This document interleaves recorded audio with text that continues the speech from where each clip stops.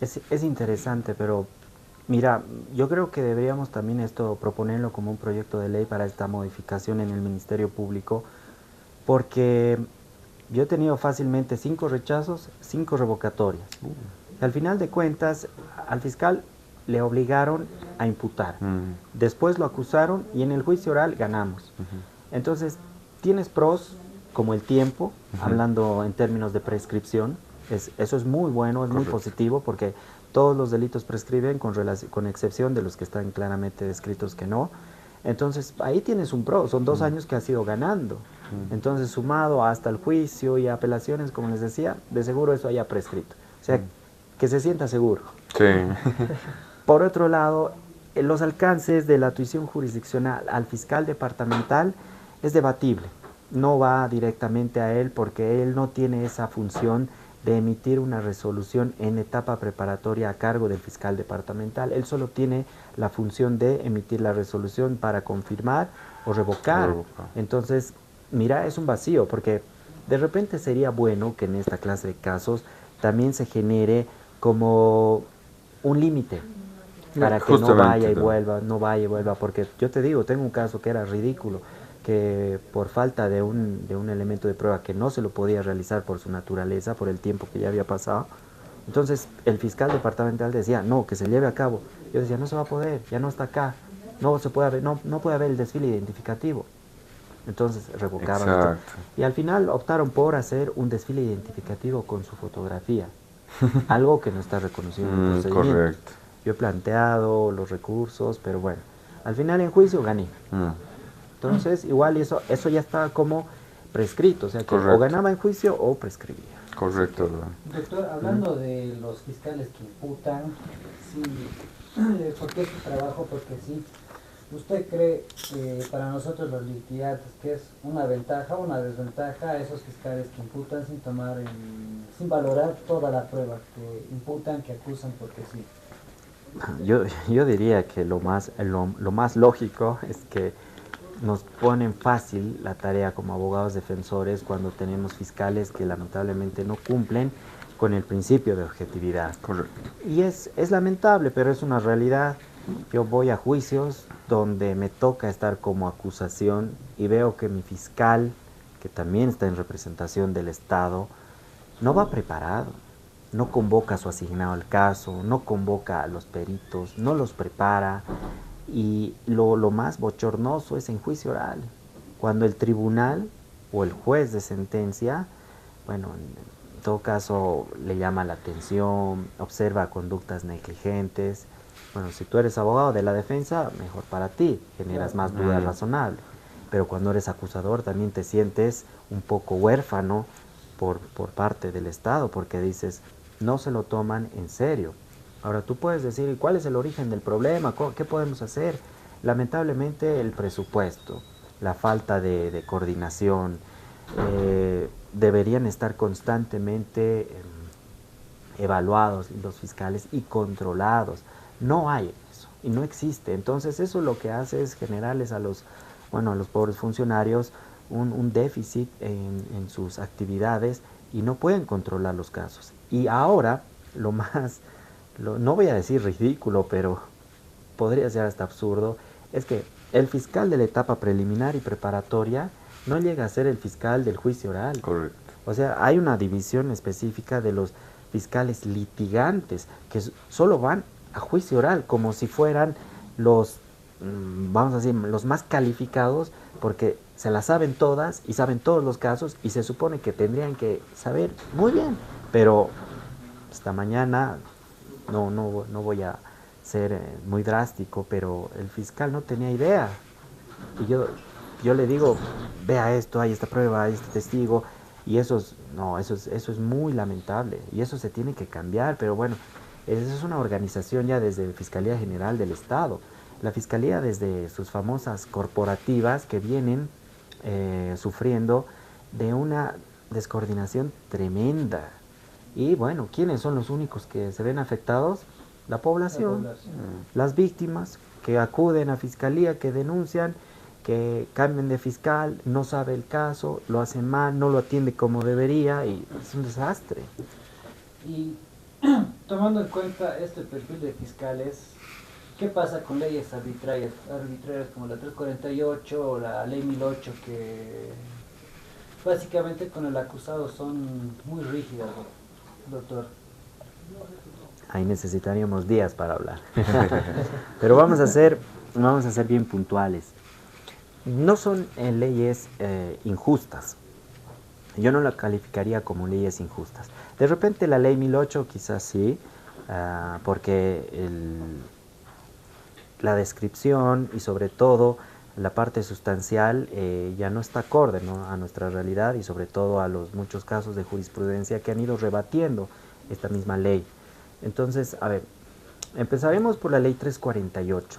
Esta ley no es mala, no es injusta, sino más bien se ha generado a raíz de la constante violencia que ha ido creciendo en contra de las mujeres, bueno, que tiene un antecedente a partir del año 2010, 2011, ya el 2013 cuando se la genera. Hay un caso que ha sido muy llamativo de Analí Guaycho, ¿no? Ya. Que ha sido el más llamativo porque era la pareja de un policía, Jorge Clavijo. Entonces, este caso que ha sido totalmente mediático, se sabe que ella falleció a causa de este señor y el señor también se llegó a quitar la vida. Pero hay, bueno, ya hipótesis más conspirativas que dicen que él no se quitó la vida, que en realidad el gobierno lo encubrió porque sabía muchas cosas. En fin, esto ha impulsado la ley, pero nosotros no tenemos que ser un poco inexpertos en esto y verlo en realidad desde atrás, porque ustedes saben que los que generan las leyes son la Cámara de Diputados y Senadores, sus cámaras altas y bajas. Correcto. Y estos responden a los gobiernos de paso. Entonces sabemos que todo va a responder desde un punto de vista político, lamentablemente político. Entonces, si bien esta ley ha querido y tiene la finalidad de erradicar la violencia para que las mujeres tengan una vida libre de violencia, en el fondo también se ha utilizado esta ley para que en su momento se gane también más simpatización hacia este grupo, a este género. Entonces, la ley, por ese motivo, es que no ha sido debidamente desarrollada. La idea es buena, la innovación y los artículos que traen es realmente efectiva, pero no ha sido debidamente desarrollada. Ese es el error.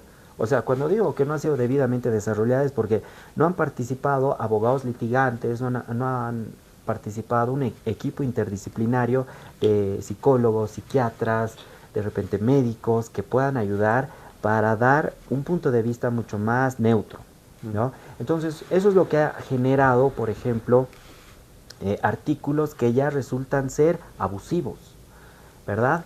Entonces, si nos vamos a un caso en particular, o bueno, la mayoría de los casos en particular, cuando vemos que una mujer denuncia a un hombre, a un inicio se tiene solamente la declaración de la mujer. Entonces, obviamente esta ley trae no solo el razonamiento en virtud a la ley, sino a tratados y convenios internacionales, sobre todo en los casos de Brasil, donde obviamente un caso en particular por un delito de violación hacia una persona sin instrucción, ella denunciaba el delito de violación, pero no le daban curso, no se aperturaba la investigación, pero al final de cuentas el proceso, bueno, avanzó y logró una sentencia. Entonces el razonamiento a través de este caso es de que la declaración de la mujer adquiere un valor mucho más alto en diferencia de la declaración del varón, que también tiene derecho a la defensa, ¿no es cierto? Entonces, no es que valga mucho más y es verdad absoluta, sino que hay casos específicos en el que se puede otorgar un valor mayor, pero esos casos específicos son como que una mujer violada sin instrucción, o un niño, niña, adolescente, que obviamente no ha tenido las mismas condiciones, tanto físicas, psicológicas o, bueno, sociales. Entonces, hay casos específicos. Y el error que cometen muchas personas a momento de hablar o abordar esta ley es tratar de generalizar. Entonces, no podemos generalizar, así que vamos a agarrar un ejemplo en este caso. Digamos, un caso sencillo de violencia doméstica. La mujer viene con la versión de que lo ha agredido, lo ha agredido sistemáticamente durante un año y que incluso han habido lesiones, pero que no las puede probar porque no se animó a denunciar en su debido momento. Entonces, esa declaración es un elemento de prueba suficiente porque no solo adquiere esa relevancia a través de estos casos que están, digamos, inmersos en la Convención Belén do Pará, donde trae precisamente este caso para que se dé este valor a la declaración de la mujer, sino que también traen cuestiones como el protocolo para juzgar con perspectiva de género, ¿no? Muchas veces, y yo escucho a diario esto en las audiencias de aplicación de medidas cautelares, más que todo, cuando los jueces simplemente señalan, como si todos estuviesen hechos en serie, todos los jueces, y dicen que se trata de mujer, debemos aplicar la perspectiva de género. Y eso es incorrecto, teóricamente incorrecto, dogmáticamente incorrecto, porque no se puede aplicar la perspectiva de género. No es aplicable, no es una ley, ¿entienden? Es un protocolo para juzgar con perspectiva de género, lo que significa que el juzgador tiene que agarrar el caso y verificar en primera instancia dónde está la desigualdad entre las personas, sujetos procesales, y así verificar si es hombre y mujer. Muchos jueces dicen existe la desigualdad solo por el hecho de que es hombre y mujer. Pero yo te pongo un ejemplo. ¿Y qué tal si se trata de un hombre indigente, sin dinero y bueno, sin instrucción? Y es una persona con profesión, con dinero. Entonces, ¿quién tiene mayor validez? O sea, es decir, no hay una desigualdad. Entonces, ese es el primer filtro, por así decirlo, que el juez debería hacer y no lo hace. Entonces, el protocolo, como cualquier protocolo, debe seguir esta serie de pasos. No es cuestión de decir, se aplica la perspectiva de género, es mujer, hay que darle más valor. Eso es un tremendo error que están cometiendo los jueces. Entonces, seguimos, vemos e identificamos dónde está el desfase o la desigualdad para ver de que sí es aplicable el protocolo. Y debemos recordar de que este juzgamiento con perspectiva de género no solo se aplica en materia penal, se aplica en todas las materias porque los derechos fundamentales están implícitamente en todas las materias. Entonces tampoco estamos pensando de que, bueno, y no deberían equivocarse en decir de que solo en derecho penal existe esto. No, está en todo, porque en todo momento puede haber un desequilibrio de los derechos fundamentales. Es así que, digamos, esa es la manera en cómo se debe analizar, digamos, a través de un protocolo con perspectiva de género.